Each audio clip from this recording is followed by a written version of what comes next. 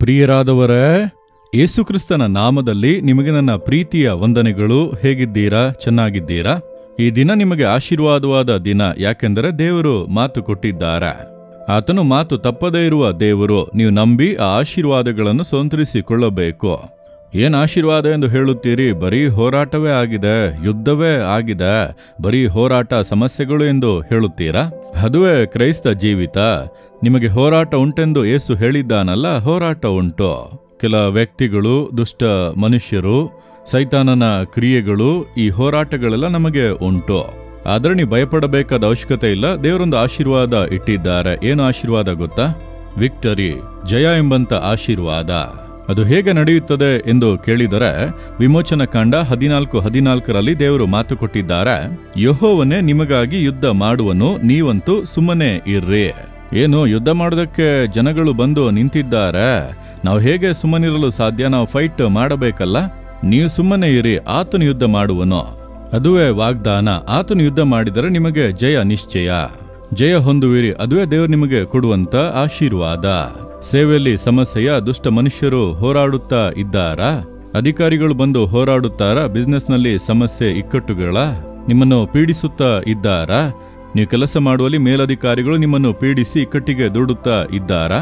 ವಾಸವಾಗಿರುವ ಸ್ಥಳದಲ್ಲಿ ಹೊಟ್ಟೆ ಕಿಚ್ಚುಳ್ಳ ಮನುಷ್ಯರು ಏನಾದರೂ ಸುಳ್ಳು ಆರೋಪಗಳನ್ನು ಹೊರಿಸಿ ಯುದ್ಧ ಮಾಡುತ್ತಾ ಇದ್ದಾರಾ? ಬರೀ ಹೋರಾಟವಾಗಿಯೇ ಇದೆ. ಈ ಮನುಷ್ಯರು ಸುಮ್ಮನೆ ಇರುತ್ತಾ ಇಲ್ಲ ಎಂದು ಹೇಳಿದರೆ, ಮನುಷ್ಯರಲ್ಲ, ಅವರ ಹಿಂದೆ ಇರುವಂತದ್ದು ಸೈತಾನ. ನಮ್ಮ ಶತ್ರುವಾಗಿರುವಂತಹ ಸೈತಾನ ಸುಮ್ಮನೆ ಇರುವುದಿಲ್ಲ. ಮನುಷ್ಯರನ್ನು ಪ್ರೇರೇಪಿಸುವನು, ಅಧಿಕಾರಿಗಳನ್ನು ಪ್ರೇರೇಪಿಸುವನು, ಮೇಲೆ ಇರುವವರನ್ನು ಪ್ರೇರೇಪಿಸಿ ನಮ್ಮನ್ನು ಎದುರಿಸುವಂತೆ ನಮ್ಮೊಟ್ಟಿಗೆ ಯುದ್ಧ ಮಾಡಿ ನೋಡುವನು. ನೀವೇನು ಭಯಪಡಬೇಡಿ. ಅವನೊಂದಿಗೆ ಯುದ್ಧ ಮಾಡೋದಕ್ಕೆ ಸರಿಯಾದವನು ಯೇಸು ಕ್ರಿಸ್ತನೇ. ಯಾಕೆಂದ್ರೆ ಅವನನ್ನು ಆಗಲೇ ಜಯಿಸಿದ್ದಾನೆ. ಶಿಲುಬೆಯಲ್ಲಿ ರಕ್ತ ಸುರಿಸಿ ಸತ್ತು ಜೀವದಿಂದ ಎದ್ದಾಗ ಸೈತಾನನನ್ನು ಜಯಿಸಿದನು, ಅವನನ್ನು ಕಾಲ ಕೆಳಗೆ ಜಜ್ಜಿದನು. ಈಗ ಅವನ ಬಾಲ ಮಾತ್ರ ಆಡುತ್ತಾ ಇದೆ. ನಿಮ್ಮನ್ನು ಭಯಪಡಿಸಿ ನೋಡುವನೇ ಹೊರತು ಜಯಿಸುವುದಕ್ಕೆ ಸಾಧ್ಯವಿಲ್ಲ.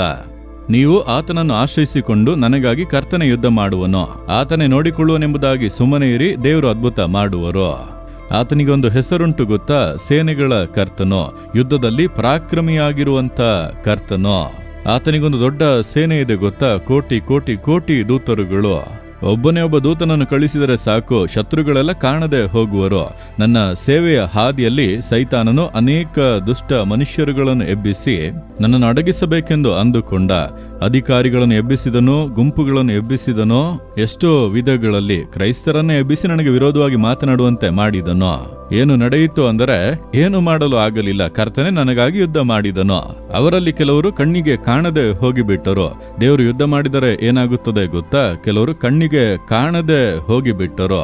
ಕೆಲವರು ನಿಮ್ಮ ಜೊತೆಗೆ ಬಂದು ಸೇರಿಕೊಳ್ಳುವಂತೆ ಕರ್ತನೆ ಮಾಡುವನು. ಆ ರೀತಿ ನನ್ನ ಸೇವೆಯಲ್ಲಿ ಬಹಳಷ್ಟು ನಡೆದಿದೆ.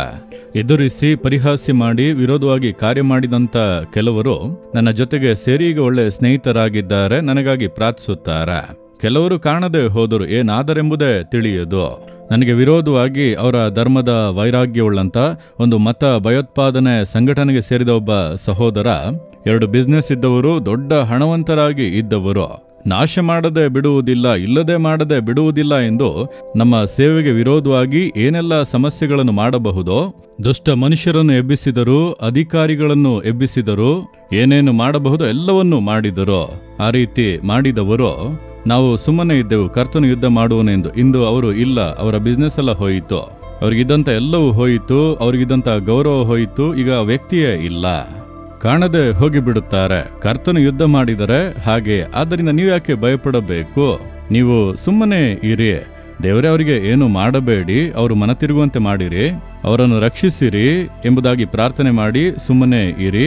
ಆತನು ನೋಡಿಕೊಳ್ಳುವನು. ನೀವು ಯಾಕೆ ಭಯಪಡುತ್ತೀರಿ? ಆತನು ಯುದ್ಧ ಮಾಡುತ್ತೇನೆಂದು ಹೇಳಿದ್ದಾನಲ್ಲ, ನೀವು ಹೇಳಿರಿ, ದೇವರೇ ನೀವು ನನಗಾಗಿ ಯುದ್ಧ ಮಾಡುವಿರಿ, ನಾನು ಸುಮ್ಮನೆ ಇರುವೆನು. ಈ ಕಾರ್ಯದಲ್ಲಿ ನೀವು ಯುದ್ಧ ಮಾಡುವುದರಿಂದ ನನಗೆ ಜಯ ಕೊಡುವಂತ ದೇವರಿಗೆ ಸ್ತೋತ್ರ. ಆಮೇನ್, ಆಮೇನ್.